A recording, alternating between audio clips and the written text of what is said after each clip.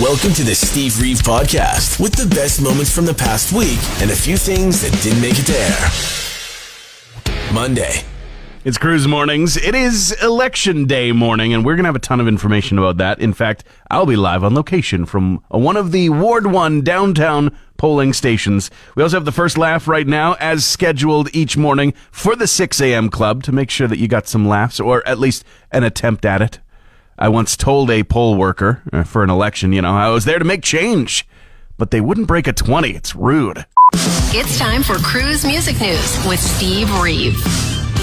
Debbie Harry talking about a biopic about the band Blondie. Now, nothing exactly announced, and this is something that has been talked about for many years. She even spoke about it publicly in 2014.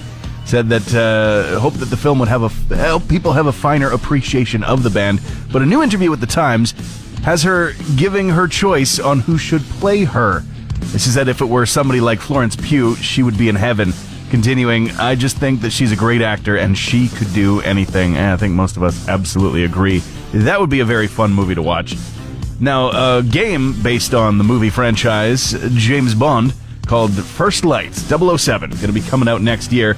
Fans thinking that Lana Del Rey might be behind the iconic theme song for it, or sure to be iconic anyway. She actually did write a song for the movie Spectre that did not make the cut, but might just be working with IO Interactive and putting together something for this game that is sure to be a huge, huge hit based on gameplay reveals and stuff so far. Limp Bizkit is sharing some sad news over the weekend as Sam Rivers, the bassist for the band, has died at the age of 48. Band members saying not just our bass player, but the soul in the sound, and he was there from the very start before even having Wes Borland and DJ Lethal join the band way back when. And of course, fans, family members, all reaching out, sharing their condolences and wonderful stories, but no cause of death has actually been revealed at this time. And that's it for your music news this morning. I'm Steve Reeve. Tuesday. What a game, what a show. Blue Jays comeback takes them all the way to the World Series. First time in 32 years?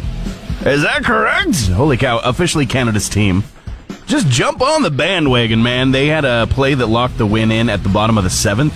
George Springer delivering a wild 3-run home run that flipped the scoreboard on its head.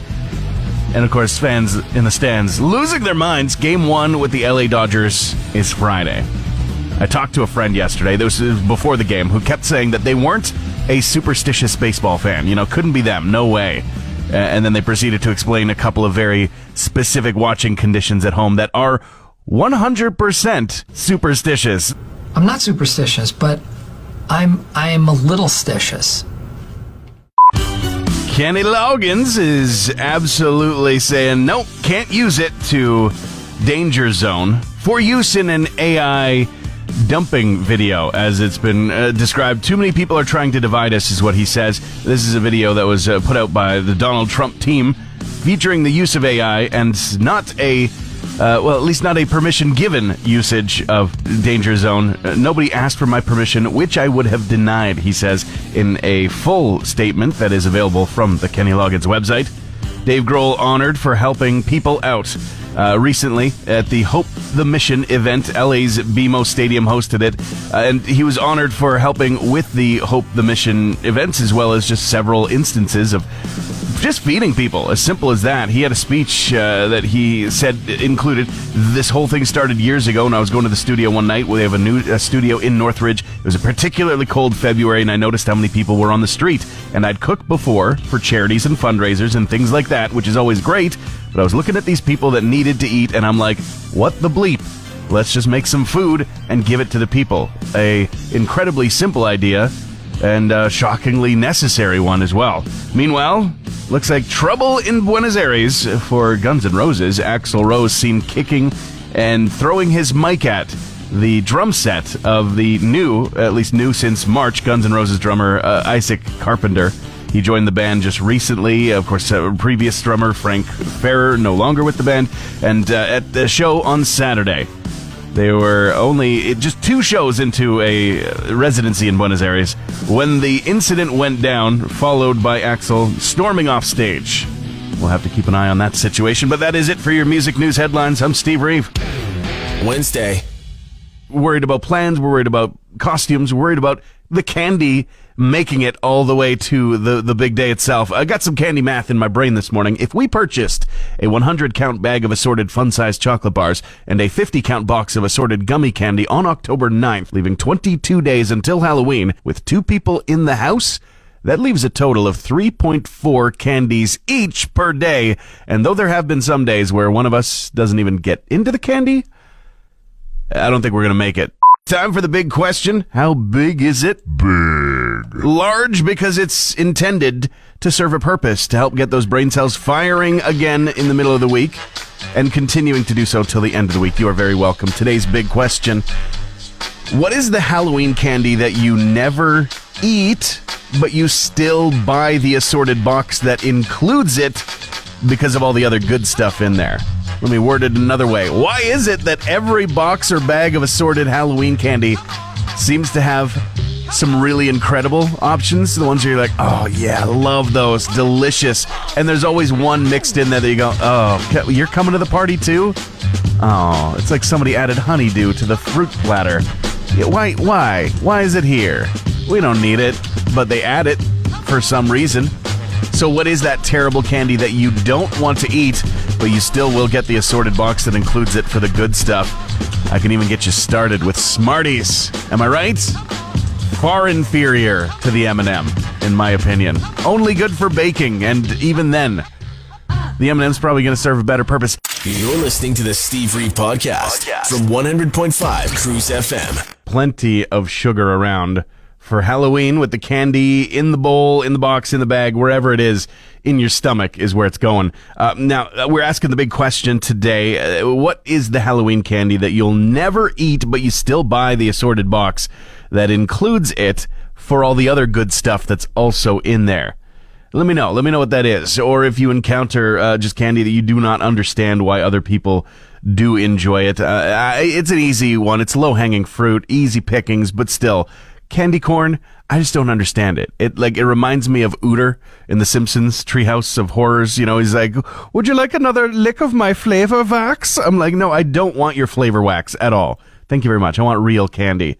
And sometimes that's what you encounter in those assorted boxes. You go, wait, I don't even recognize this one. Oh, guten Tag. Would you care for a bite of my Fingerstraße bar?